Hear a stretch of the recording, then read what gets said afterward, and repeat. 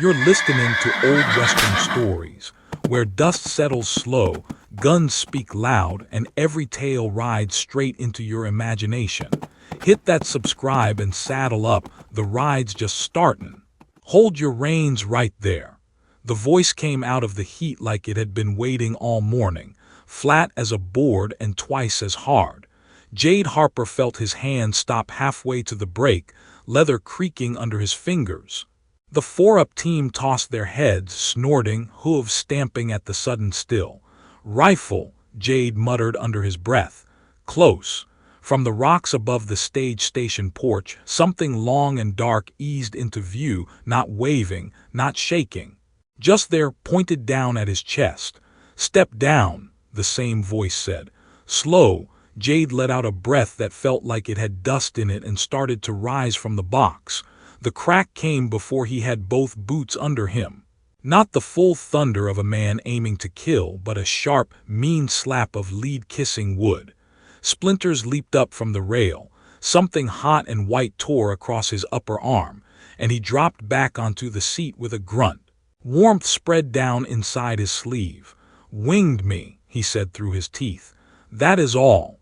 Inside the coach, the jolt of the shot drew a gasp, then the hush that comes when fear takes folk by the throat.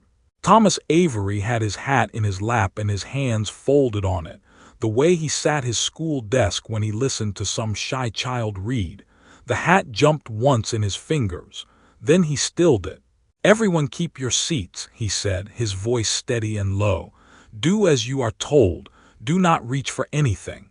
He did not raise it much above a murmur, but sound carried in the hollow around the way station, caught between the bare slope and the warped porch boards.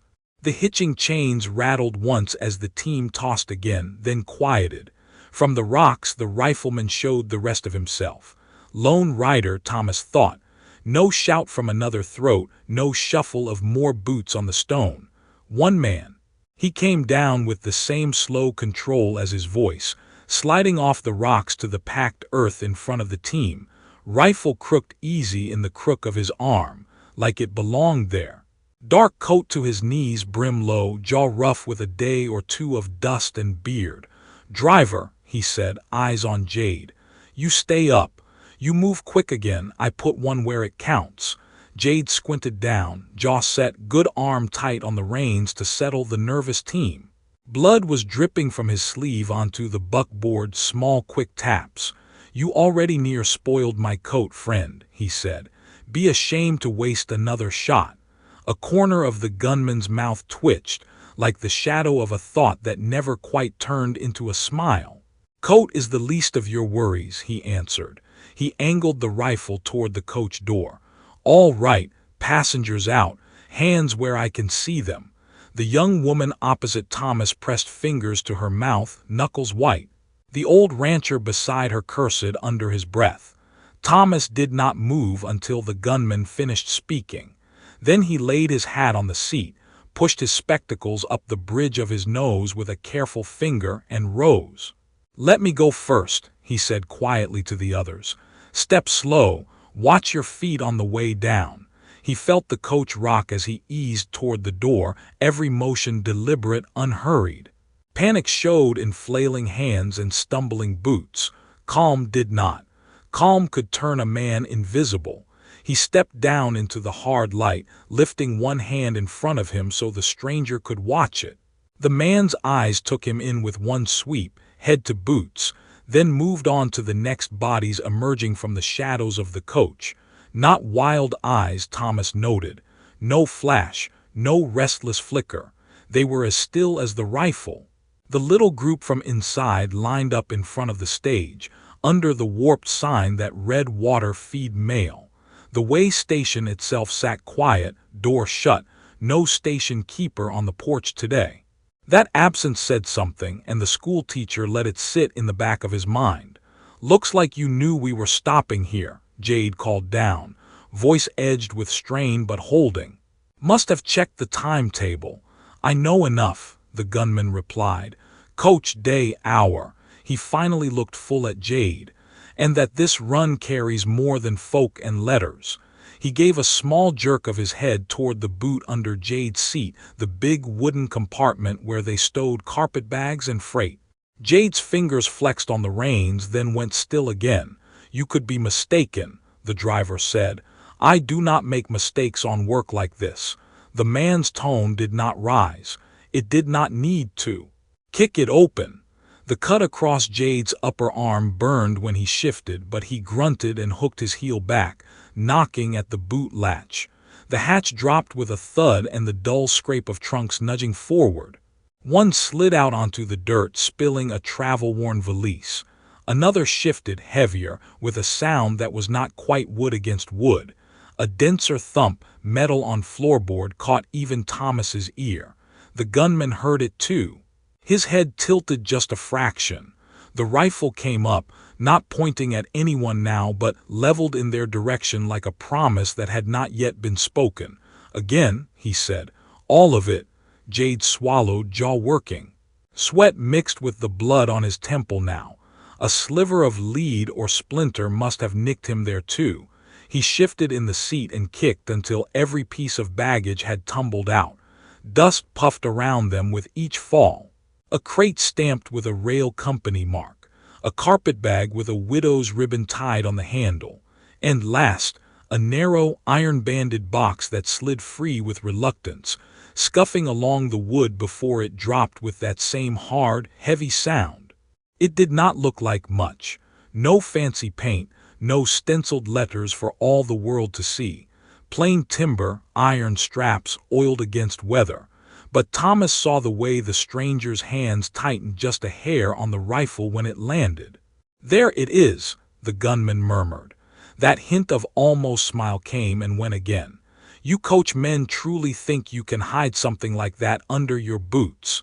Thomas's gaze drifted to the corner of the box where a small, burned-in brand showed, no bigger than a thumbprint. A mountain with 3 peaks and a tiny cross at the center. He had seen that mark once on a folded document the banker in town had locked away with shaking hands. There had been talk of gold that did not come from any proper assay, gold that moved in quiet wagons and never saw the inside of a counting room. Gold a man could die twice over for, once in the doing, once in the telling. He did not reach toward it. He did not let his eyes linger long enough to call attention. He just noted it, the way he noted spelling errors and broken slates. The rancher beside him shifted his weight, anger building to something foolish. Thomas's hand brushed his sleeve, light but firm. "Breathe," he said softly without looking at him. "Keep your feet under you. This will pass quicker if we do not scrape against it." The rancher snorted, but he stilled. "Step away from the freight," the gunman ordered. "All of you back against that wall." He jerked his chin toward the blank side of the way station, where the boards threw back a faint heat. "Hands high." They obeyed, shuffling in a tight knot, boots scuffing. Thomas moved with them, counting in his head, steps from the coach to the wall, distance from the gunman's position to the door. No second shadow crossing the ground, no backup stepping out from the other side of the station. One man then, confident enough to work alone, or desperate enough he could not share what lay inside that iron-banded box. Jade stayed on the box as ordered, one hand on the reins, the other pressed to his bleeding arm. His lips had gone a shade paler, but his voice, when he spoke, still held that dry edge. "You going to open that thing here?" he asked. "Or you just like the sight of it?" "Not here." The gunman slung the rifle against his shoulder for the first time, like he trusted their fear more than his sight now. He stepped to the box and crouched, running a gloved hand along the straps as if feeling the weight through his fingertips. This kind of gold does not like company. The folk it belongs to do not enjoy conversation. Thomas heard the plural and filed it away. Folk, not a bank, not the railroad. Men, then, who made their own rules in shadow. He watched the outlaw's boots as much as his hands. The man had taken position so that when he straightened, his back would be to the open flats, face to the wall of hostages, the stage just off to his right. A good angle to watch all of them at once. a blind angle to what lay beyond the far bend in the road. Jade, blinking against the sweat in his eyes, followed that same line with a flick of his gaze and let out a breath that was almost a laugh. "Reckon you did miss something," he murmured under his breath, so low Thomas barely caught it. The gunman looked up. "What was that?" "Nothing worth your time," Jade said, letting his eyelids droop as if the blood loss were dragging him down. He shifted, exaggerating the wince, letting the man see how weak he was. His good hand stayed firm on the reins, thumb hooked just so, hiding the small jerk he had given the lead line earlier, the one that would send a familiar shiver through the team if another set of hooves came pounding down that trail. Thomas did not know the driver's signal, not yet, but he saw the calculation in Jade's eyes. He saw, too, that the outlaw did not. Confidence made a man's vision narrow. The gunman straightened, one hand resting easy on the iron-bound lid. His gaze walked along the line of them, measuring. The young woman's trembling hands, the rancher's tight jaw, Thomas's stillness and open, watching face. He paused a heartbeat longer on the schoolteacher, as if something there troubled him. "You look like you think this will end kindly," he said. Thomas met his gaze without challenge, voice measured. "I think it will end as it was meant to." The outlaw studied him a moment longer, then let the matter fall. He tapped the iron strap with his knuckles, the dull ring of it hanging in the air. "This here," he said, "is the kind of weight men forget to speak of once they have seen it." His eyes came back to them, cold and certain. "And I do not leave folk alive to remember." Jade Harper let the outlaw's last words hang in the heat for half a breath. Then he shifted just enough to look past the man's shoulder, squinting down the hardpan road. "Then you best be quick about it," he said quietly. "You hear that?" The outlaw's head turned a fraction, rifle dipping as he listened. There was a faint, distant murmur beyond the glare, not yet shapes, just a low tremor of iron on stone, the way wheels talk to earth from far off. The young woman made a strangled sound, but Thomas Avery spoke first, his tone even. "Another coach," he said, "or a wagon. They will see us if you linger long." The gunman hissed a thin breath through his teeth, calculation sharpening his gaze.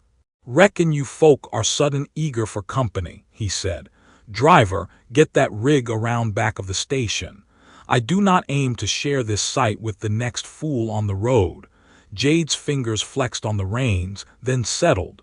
"Arms leaking some," he drawled, "but I can still point 4 horses in one direction." He nodded toward the strongbox. "You mean for that to ride or to walk?" The outlaw snapped the rifle up just enough to remind them who decided such things. "Box comes off. You," his eyes cut to Thomas. "Schoolman, is it? You help the driver with it. The rest of you stay planted right where you are, unless you'd like to see how neat I can stack bodies." The rancher muttered something dark, but Thomas moved as soon as he was pointed to, stepping away from the wall with that same measured pace as before. He did not dart or flinch, he simply obeyed, hands visible, spectacles catching a sliver of sun.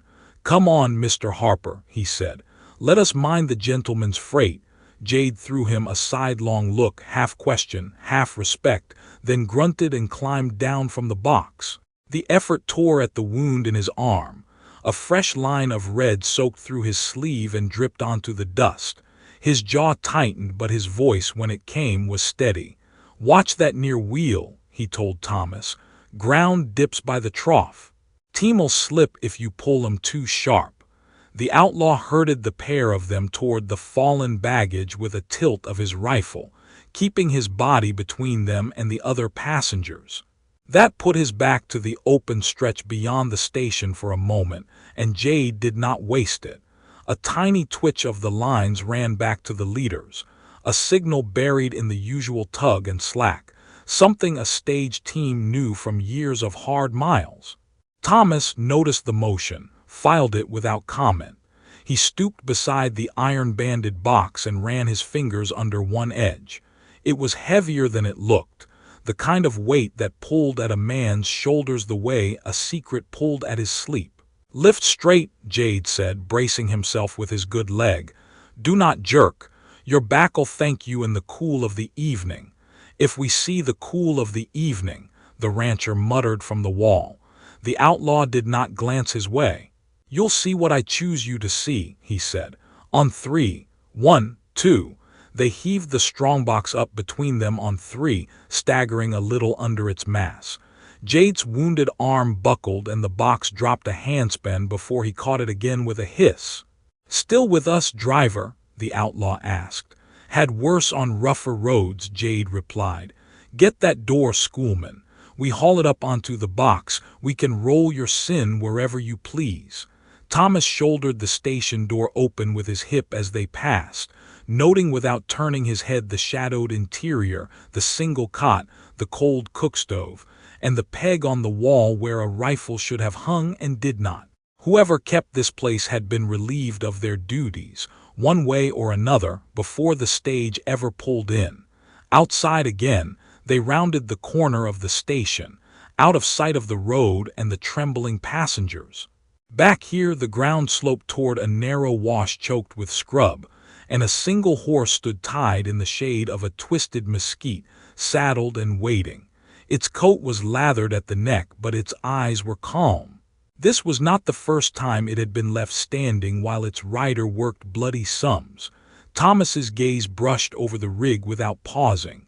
High cantle saddle, slick fork, one saddlebag fuller than the other, a coil of good hemp tied just so, and on the near flank a faint brand half scarred over, as if someone had tried to burn it out. He did not stare.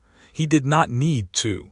A man who lived by memory learned to take in a page with a glance. Set it there, the outlaw ordered, pointing to a flat patch of ground between the coach and the horse. I will not have that box bouncing on wheels where every eye can greet it. They lowered the strongbox, Jade's arm shaking now with the effort. Blood dripped faster, pattering on the lid. Thomas straightened and took a half step back, breathing shallow against the metallic tang. You're losing strength, Mr. Harper, he said. If you drive with that arm, the team will feel it. Jade snorted. Teams felt worse hands than mine. He wiped sweat from his brow with the back of his good wrist. Reckoned they might not appreciate being whipped into a gully with a lame man at the lines, is all. The outlaw turned a thoughtful eye on him. Who said anything about a gully? You did when you chose this back path, Jade replied. Road drops into that wash down yonder. You haul a loaded box on wheels down that slope and you will not be pulling it back up quick, not without help. He nodded toward the horse. Nor on one mount already half spent. The gunman's jaw flexed. He shifted his gaze toward the wash, seeing the grade with a driver's eye for the first time, weighing time, weight, and the distant murmur of the approaching wheels. Thomas watched him make the calculation, his own face still and open. You expected this to be clean, the schoolteacher said quietly. Straight in, straight out. No delay, no witness worth remembering. The rifle swung toward him in a heartbeat. Careful, schoolman, the outlaw said. You're stepping close to a line. Thomas held his gaze. Lines are for sums and boundaries, he replied. Facts are something else. You chose a spot with shelter and distance from town, but you did not walk the back of it first. You are alone where men who move such gold usually ride in pairs, and your horse is marked by a brand someone took pains to scar.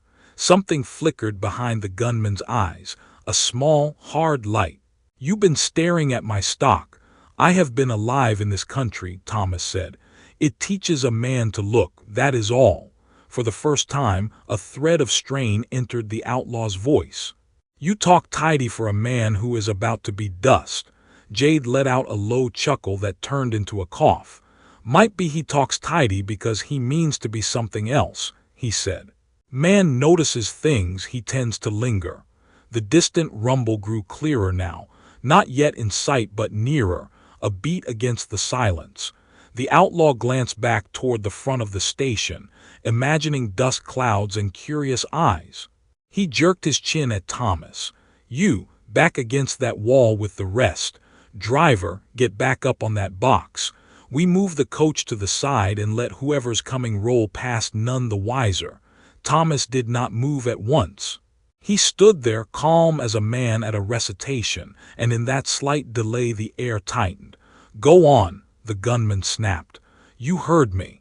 If you press the team now," Thomas said, "with Mr. Harper's arm failing and the grade under your wheels, you will tangle your own escape. The horse there is your surest path. The box is too heavy for one man to carry far, yet you mean to lift it alone once we are dead. You cannot do all things at once, sir." The rifle's barrel did not waver, but the outlaw's eyes had narrowed to slits. "You talk like you have a say in this." "He talks like he already sees you," Jade put in, voice rough. "Not just the coat and the hat, but the way you set your feet, the notch on your rifle stock, that scar on your mare.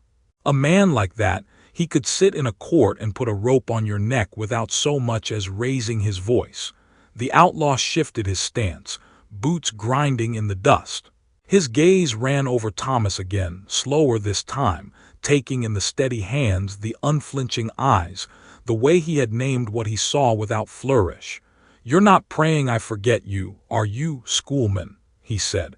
Thomas answered softly, "I do not rely on any man's forgetting." For a long heartbeat the only sound was the far-off rattle of wheels and the nearer stamp of the waiting horse. Then the outlaw lowered the rifle a hair, not in mercy but in decision. "All right," he said, "this was meant to be a straight cut. Now it is not." His mouth thinned. "You just changed your standing with me, Mr. Avery." "How so?" Thomas asked. "You ain't a passenger no more," the outlaw said. "You're quarry." The word quarry was still hanging in the hot air when the outlaw jerked his chin toward the back trail and spoke again. "We're done standing," he said. "Mount up that box team, driver. We're going into the wash." Jade Harper blew out a slow breath. "You picked the worst road for a man with one good arm," he answered. "But I've seen worse ruts than yours." The outlaw swung the rifle toward the passengers out front. "You all climb back in," he called. "Faces to the floor, hands where I can see 'em when I look. One word to whoever's coming down that road, and I turn this coach into a coffin on wheels." The young woman sobbed once, but the rancher just grunted and moved, herding her toward the door. Thomas Avery stayed where he was a heartbeat longer, eyes on the outlaw. "You mean to hide us in the wash until they pass," he said. "Then separate what you need from what you do not." "You talk like you've been hired to narrate my sins," the outlaw replied. "Get in that coach, schoolman." Jade hauled himself back onto the box, teeth clenched as his wounded arm dragged uselessly. He caught Thomas's sleeve as the teacher stepped toward the door.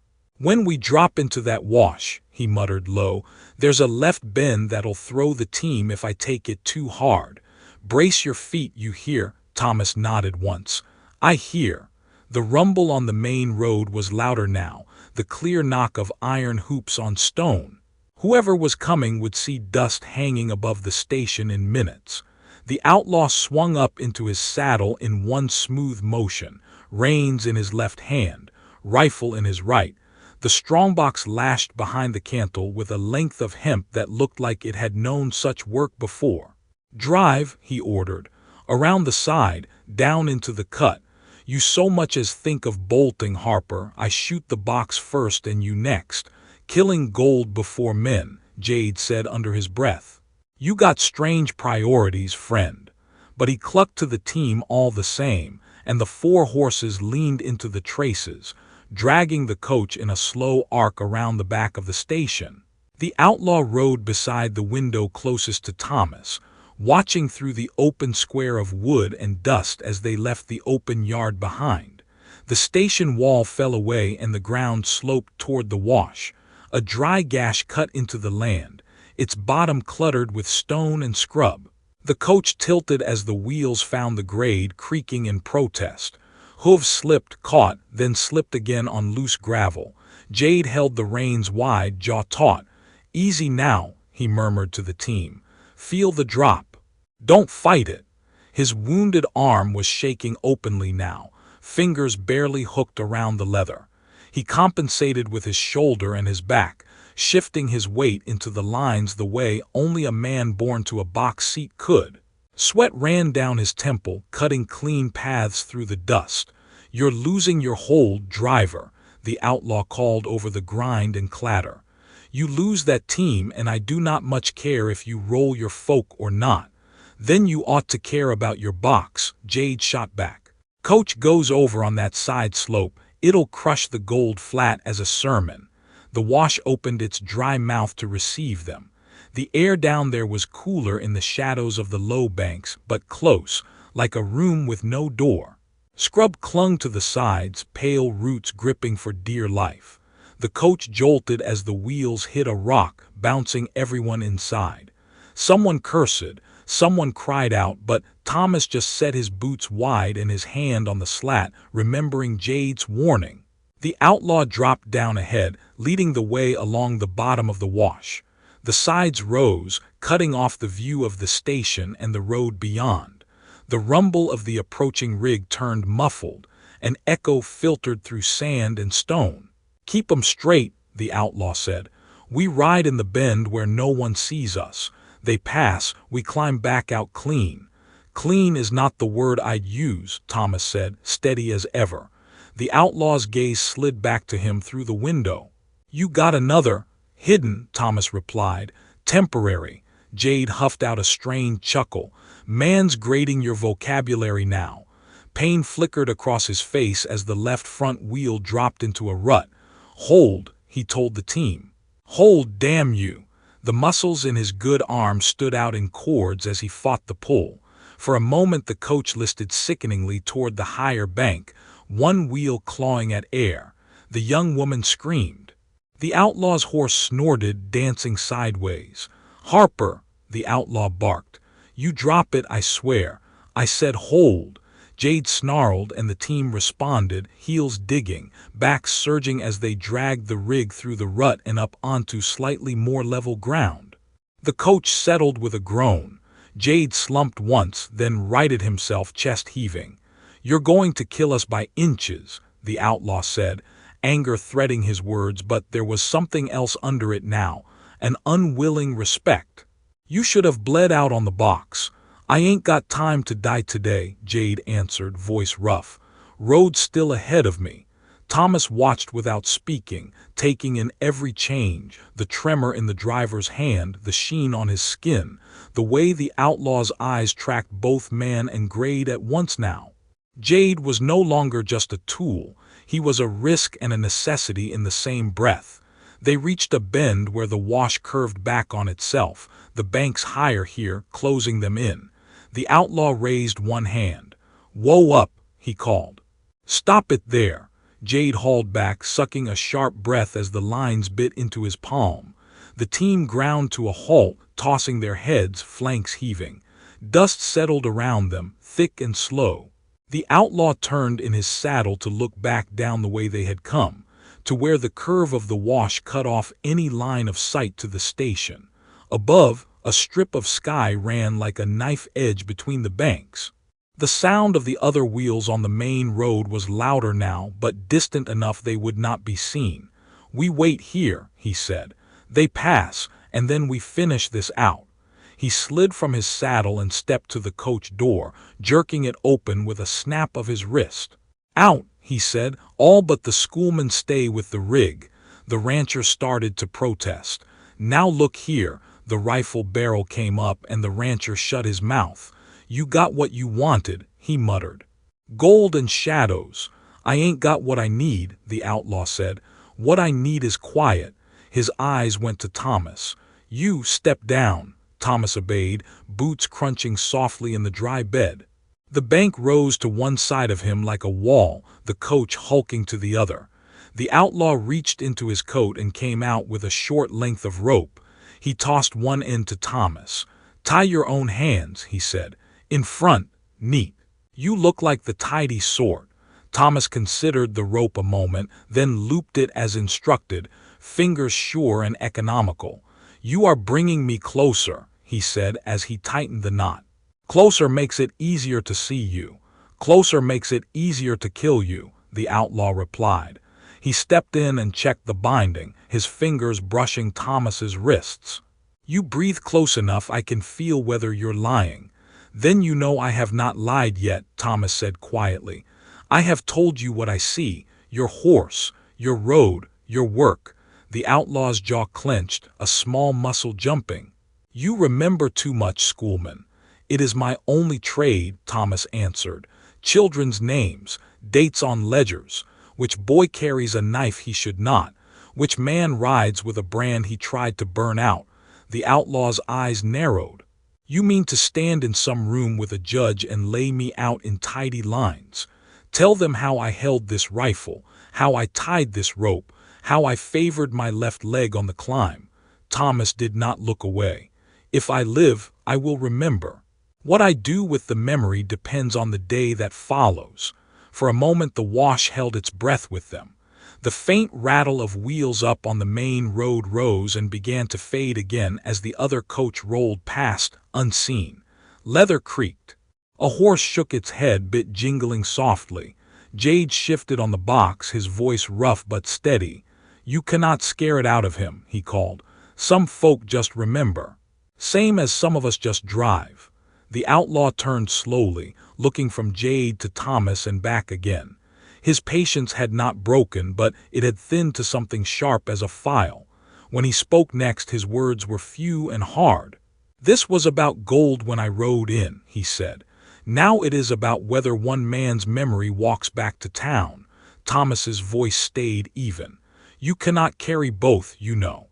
The outlaw studied him a long moment, then gave the smallest of nods, as if settling a private account.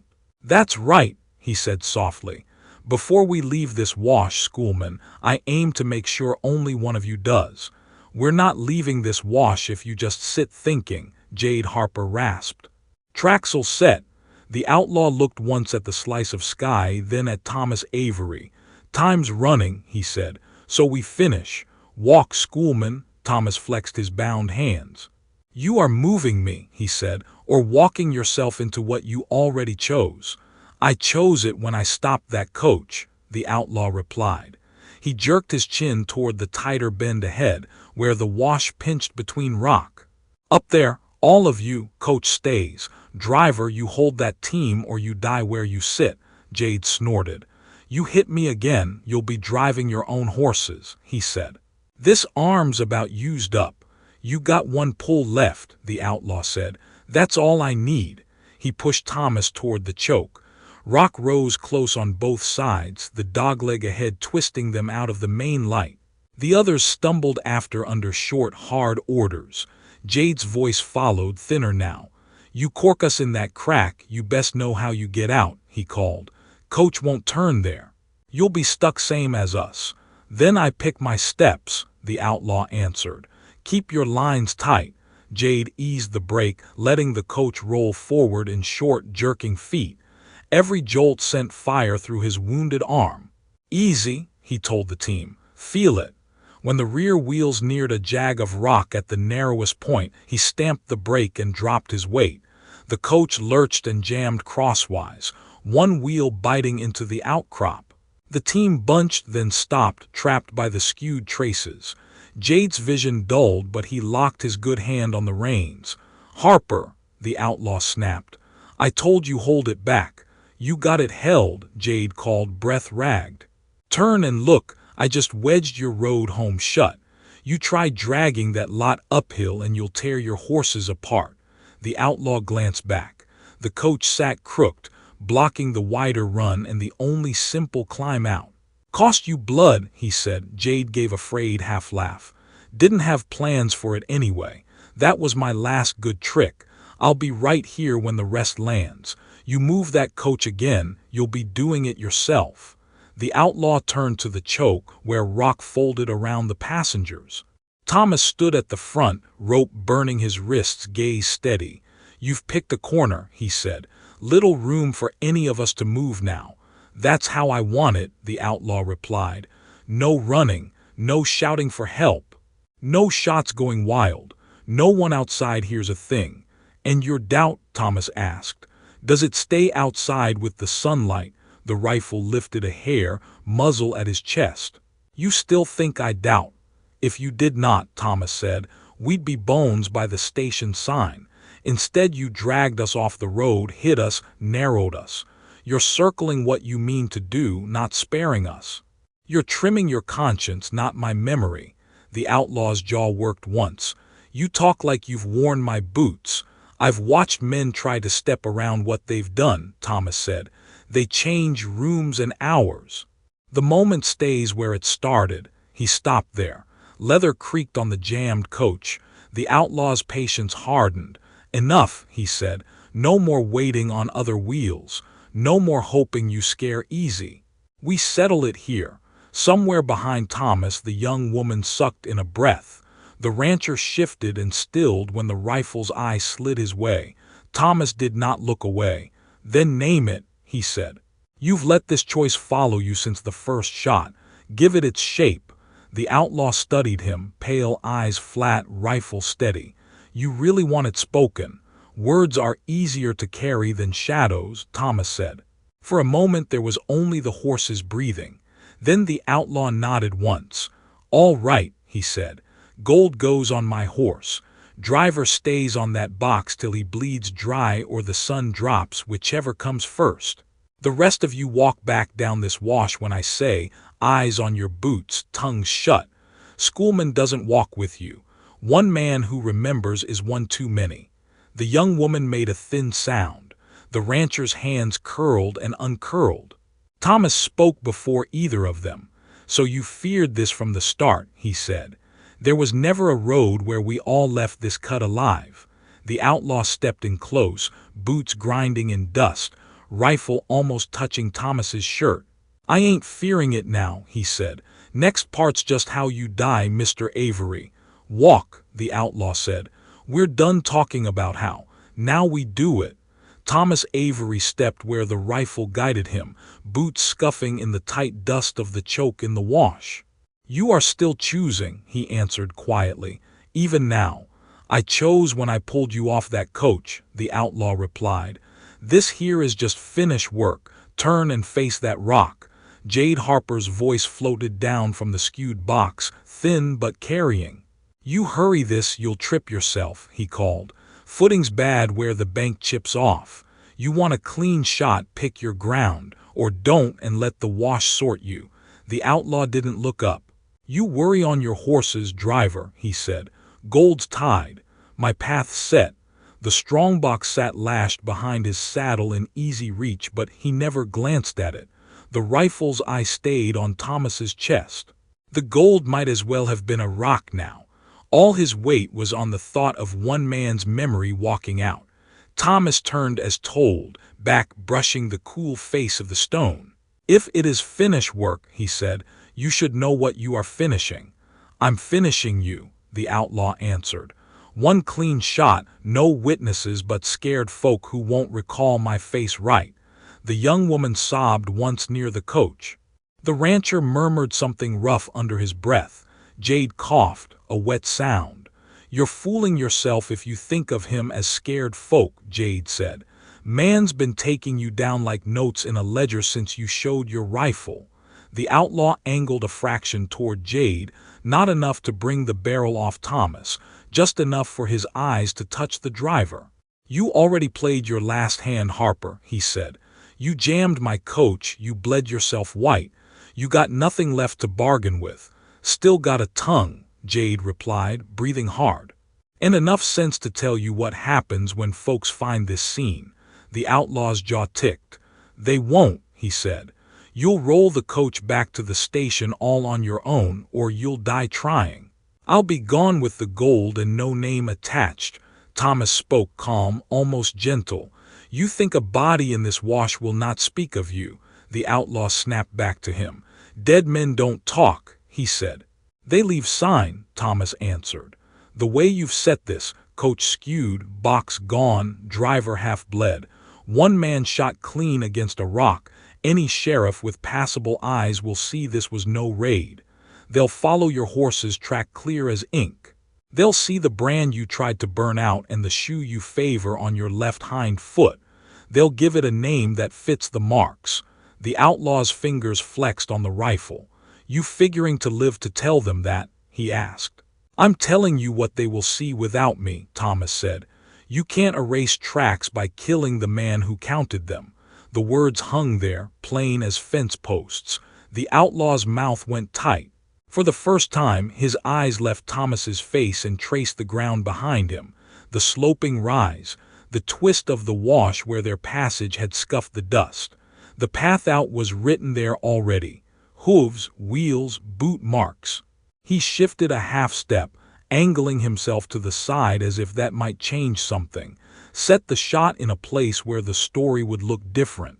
Jade saw the move and croaked out, "Watch your footing where that shadow cuts. Banks undercut there." "I told you." "Shut your mouth," the outlaw snapped, but he shifted again, squinting down the barrel, trying to line Thomas against a patch of rock that looked cleaner. As he stepped, his heel found the narrow lip Jade had warned about, a crumble of shale under dust. The stone sheared away with a dry crack. His weight went sideways with it. The rifle barrel jerked. Thomas did not flinch.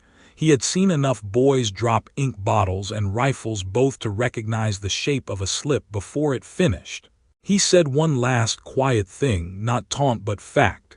"You cannot place the shot and catch yourself both." The outlaw grabbed for balance, instinct faster than thought. His free hand snatched at the rock. The rifle hand tried to correct. The barrel swung wild. The trigger, already edged tight under his finger, took the twitch for a command. The shot went into the wall of the wash at an angle, stone spitting back in a vicious spray. One jag of rock, sharp as a chisel, ricocheted into him just below the collarbone, driving through cloth and flesh with the force of his own bullet behind it. He staggered, rifle dropping from his grip. For a heartbeat he stood, hand pressed to the spreading dark at his chest, eyes surprised more than anything. Then his knees folded and he went down onto his side in the dust, breath leaving him in one harsh rush. The wash went very still. The horses tossed and snorted, leather creaking, but no one screamed. Jade sagged on the box, panting. "Told him," he muttered. "Man won't listen about the road, ground'll teach him." Thomas leaned his shoulder into the rock and slid down it to his knees, rope scraping his wrists. The rancher found his voice. "He's finished," Jade said. "Question is what you make of it now." The outlaw's eyes flicked open once more. There was pain there and something like irritation at the clumsiness of it all. Thomas shifted forward on his knees until he was close enough to see the color fade from the man's lips. "You slipped," Thomas said softly. "Your choice lost its clean edge." "My choice was you," the outlaw rasped. "Gold was weight. You were risk. And now?" Thomas asked. "Now what weighs more?" The outlaw's gaze tracked past him to the horse, to the strongbox lashed behind the saddle, then back to Thomas. His mouth twisted, not quite a smile. "Doesn't matter," he whispered. "You'll tell it how you please." Thomas shook his head once. "I'll tell it how it was," he said. "You spoke little. You worked alone. You slipped where you would not hear warning. That's all." Breath rattled in the outlaw's throat and stopped. The wash held its silence for a long second. Then Jade grunted. "You going to stand there tied all day, schoolman?" he asked. "Or you going to put those neat hands to use?" Thomas glanced down at the rope. "If you can spare a knife, Mr. Harper, I would be grateful." "Got one in my boot," Jade said. "You want it, you come fetch it. I'm about done moving for a spell." Thomas rose, walked to the coach and bent to tug the worn knife free. He sawed through his own bonds, then the rancher's, then the young woman's, each cut clean and quick. She stared past him at the still body in the dust. "Will they come after us?" she whispered. "Men who own that box." Thomas looked at the strongbox, at the horse, at the narrow sky above the wash. "They will come after the gold," he said. "And they will ask about today. We will answer." Jade shifted, eyes closing for a moment, then opening again. "What are you going to answer, schoolman?" he asked. Thomas turned so his voice carried to all of them. "That a man tried to bury his name in this wash," he said, "and that the ground refused to keep it." You've been riding with old Western stories. If the tale hit your mark, give it a like, drop a comment about your favorite part, and ring that bell so you don't miss the next trail we ride. Don't forget, hit that subscribe so you're always in the saddle, and you'll always be ready when the next story rides in.